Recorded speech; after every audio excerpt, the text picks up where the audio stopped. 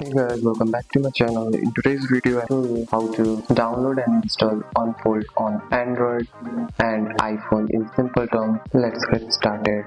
First, unlock your iPhone and make sure you are connected with good internet, either Wi-Fi or mobile data. Once you open your iPhone, look for App Store icon and tap on it. Once the App Store open, go to search bar at the bottom and type Unfold. Make sure it's correct app, then tap the download button. Your phone may ask for Face ID, Touch ID or your Apple ID password. Just confirm it and the app will start downloading.